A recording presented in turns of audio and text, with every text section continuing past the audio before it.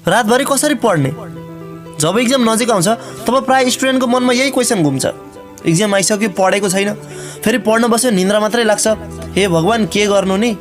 उनीहरू यसरी भगवानको प्रार्थना गर्दै पढ्न बस्छन् र पढ्न बसेको आधा घण्टा भएको छैन अघि सिरकभित्र पुगिसक्छन्। पुरा जोसिएर आज चाहिँ उज्यालो पार्छु भनेर पढ्न बसेका स्टुडेन्टहरू एक पेज पढिसक्दा नसक्दा एक निन्द्रा सुतिसक्छन्, किनकि एक त पढ्दा निन्द्रा लाग्छ, त्यसमाथि राति पढ्नु परेपछि त ज्वरै आउँछ। र कोही स्टुडेन्टहरू जबरजस्ती पढ्छन् तर पढ्न थालिसकेपछि आँखा आफै बन्द हुने, हाई काट्ने, उङ्ने गरेर त्यो पढेको नपढेको एउटै बनाउँछन्। र आजको यो भिडियो सबै स्टुडेन्टहरूको लागि भने होइन, यो भिडियो सिर्फ लेट नाइट स्टुडेन्टहरूको लागि हो। खासमा स्टुडेन्टहरू दुई खाले हुन्छन्। पहिलो अर्ली मर्निङ स्टुडेन्ट, यी यस्ता स्टुडेन्टहरू हुन् जो कुखुरा स्वभावका हुन्छन्, मतलब बिहान चाँडै उठेर बाँच्छन्, आई मिन पढ्न बस्छन्। र अर्को लेट नाइट स्टुडेन्ट जो रातभरि उल्लु जस्तो पढ्छन्। आजको यो भिडियो स्पेसल्ली उल्लु जस्तो स्टुडेन्ट यानि लेट नाइट स्टुडेन्टहरूको लागि हो, किनकि नाइट स्टडी एकदमै इम्पोर्टेन्ट स्टडी हो जसले एक्जाममा म्याक्सिमम नम्बर ल्याउन मद्दत गर्छ। तर लेट नाइट स्टडी गर्दा हुने मेन प्रब्लम भनेकै चाँडो निन्द्रा लाग्नु हो। स्टुडेन्टहरू राति पढ्दाखेरि एकदमै चाँडो निदाउँछन् र राति निन्द्रा पनि लाग्छ। तर आजको यो भिडियोमा हामी तपाईँलाई राति स्टडी गर्ने एकदमै सुपर ट्रिकहरू दिनेछौँ, जसमध्ये तपाईँले सिर्फ एउटा मात्र युज गर्नुभयो भने पनि तपाईँ रातभरि पढ्न सक्नुहुन्छ र तपाईँको इक्जाम पनि सुपर दामी हुन्छ। र आजको यो भिडियोपछि तपाईँ कहिले पनि राति पढ्न अल्छी गर्नुहुन्न। त आउनुहोस् सुरु गरिहालौँ न त भिडियोलाई।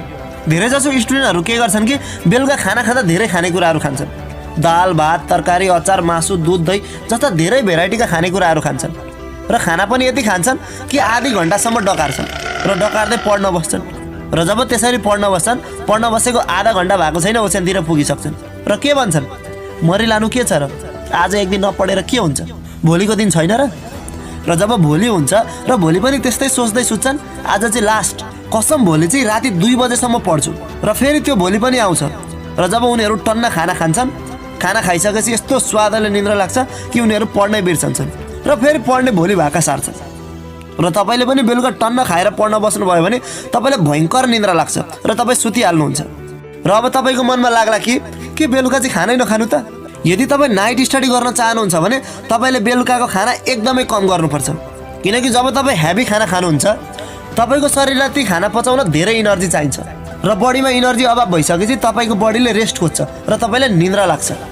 र तपाईँ लेट नाइट स्टडी गर्न चाहनुहुन्छ भने बेलुका खाना खाँदा सकेसम्म थोरै खाना खानुहोस्, सकेसम्म बेलुका भातको सट्टामा रोटी खाने ट्राई गर्नुहोस् र खाना पनि सकेसम्म 7 बजेभन्दा अगाडि नै खानुहोस्।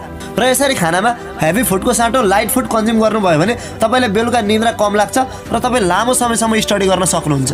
प्राय स्टुडेन्टहरूको स्टडी रुममा सिर्फ स्टडी टेबलमा मात्र